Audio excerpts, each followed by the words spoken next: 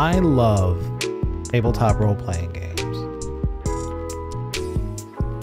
Those games where you sit around a table and you roll dice with your friends and you act out what your characters would do. I love playing those games. I think that the act of playing games like Dungeons and Dragons or Call of Cthulhu or Vampire the Masquerade, the actual act of playing those games, I think that in itself is art. That's what I wanted to talk about. My name's Jay, by the way. I maybe should have said that at the beginning, but I don't think it would make a difference. My background is in theater. Theater is classified as an ephemeral art. That means that once it's performed, it doesn't exist anymore. It's gone. It only exists in your memory. You could record it. You could record it like they did Hamilton or Sweeney Todd, but that's only a artifact, like a document of a narrow aspect of what it was like to actually sit in that theater, look at the stage, wherever you wanted to, hear the acoustics of that place. It's not theater, and it's not an ephemeral art. Romeo and Juliet is a literary work. Those words never change. We can read them anytime we want. We can always go back to them and see those exact words. But the performance of Romeo and Juliet, even if it's with the same company, the same actors, it's going to change from night to night, depending on who the audience is, how the actors feel. And no matter how hard an actor tries to replicate what they did the night before or the week before, it can't be done. I mean, the audience's energy is going to be different. The actors themselves will have different energy. You know, something different will happen every single night. That's why I love theater. I mean, more than film or TV, theater allows the performer to play all the time. When you film something for a movie, you do it in front of a camera, they record it, and then somebody takes your performance and they edit it down and condense it into the scene that they want people to see. And then that's it. It's done forever. There's no play between actor and the audience every time the movie plays. More than film or television, theater allows you to play all the time. With movies or TV, you film yourself playing, and then somebody else takes that and edits it down and condenses it into what audiences see. And there's no relationship from night to night between the performer and the audience.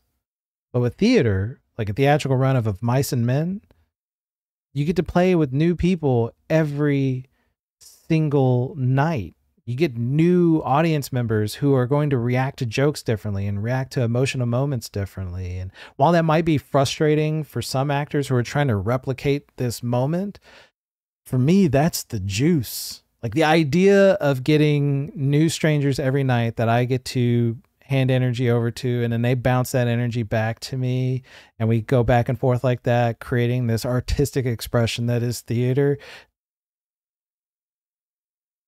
That's like my church. Ephemeral art in general, whether it's theater or fireworks or an environmental installation, it gets its importance from the significance of the moment that it exists. It can't be replayed and have the same emotional resonances. And it achieves an intimacy because it only exists in the moment. And you, the viewer, you've got to engage with it in that moment fully. And then you're only left with the memory of it. But it's a memory of you being connected, of being present in a moment. Tabletop role-playing games,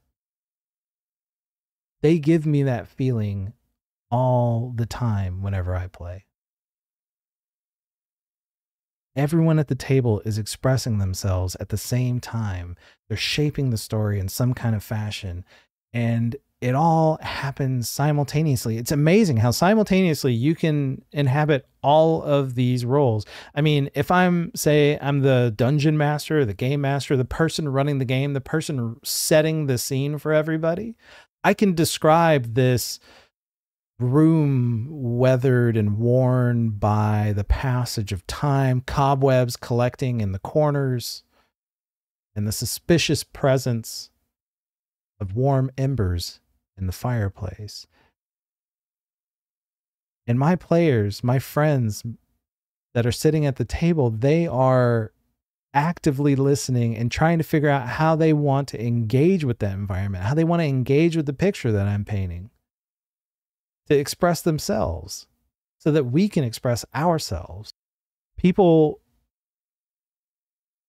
might push back at this idea, this notion that what they're doing when they're playing a game and killing orcs and plotting the downfall of a rival vampire clan, that is art. You know, it's just a game, they might say. And they'd be right. They'd be totally correct. I don't think those ideas are mutually exclusive, though. But I'm also not advocating that you change the way you're playing, because what you're doing is art with a capital A, and it's got this cultural significance. I think that's where a lot of the resistance comes from. It's those expectations. Calling something art evokes these expectations of some kind of meaningful experience, one that enriches and deepens human understanding of themselves. And we've been taught this idea that there's good art and there's bad art, there's high art and there's low art. I'm not really into that kind of stuff. And look, from my perspective, I think that is just a barrier created by insecure people to make people value their work over others. And really, it discourages other folks from ever wanting to be artists, from ever believing that they could be artists. Look, I don't want to get too hippy dippy about it, but I think I'm already like neck deep in the hippie and the dippy. But we're all born artists. We're all born creative. That stuff just gets stamped out of us by parents, peers, general societal expectations. My wife, Gail, and I, we watched this movie the other night called Champagne and Bullets. Stick with me on this. I swear it ties into what we're talking about. It's about a cop who gets kicked off the force because of another corrupt cop who then becomes a corrupt judge. I don't know if cops become judges normally, and I don't think the guy who made the movie knows either, and it doesn't matter because that corrupt judge is also the leader of a satanic cult that sacrifices babies.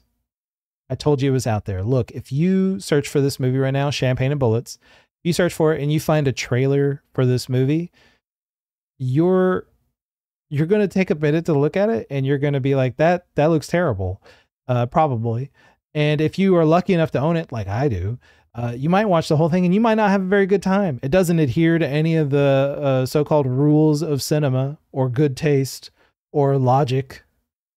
But it's a guy making a movie as the actor, lead actor, the writer, the director, the producer, and he's trying to express himself the only way he knows how. There's a passion in that, a real passion that, for me, it ignited a passion in me. Enough passion for me to make a YouTube video like this that's going to be seen by my family. My family's going to see this. If that's not art, bro, I don't know what art is if that's not it.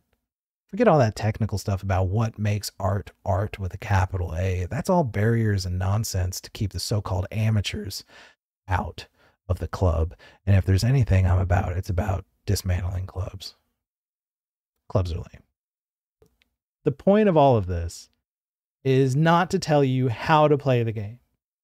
And it's not to tell you how you should be living up to the expectations of making art with a capital A. It's to tell you that you're already doing it. Every time you sit down to roll those dice and you describe to your friends how you disarm the trap and you save them from the gelatinous cube that's coming down the hallway to dissolve them into bones, you're painting the picture, Rembrandt. It could be as minimalistic or complex or detailed or abstract, impersonal or personal as you want it to be. It's your art. Enjoy it. Revel in knowing that you're able to sit down at this table with other people and you're all expressing yourselves the way you know how. And you're all combining your efforts into creating this ephemeral art piece that's just for you. I think the ability for us to do that is, I think it's pretty amazing. I hope you do too.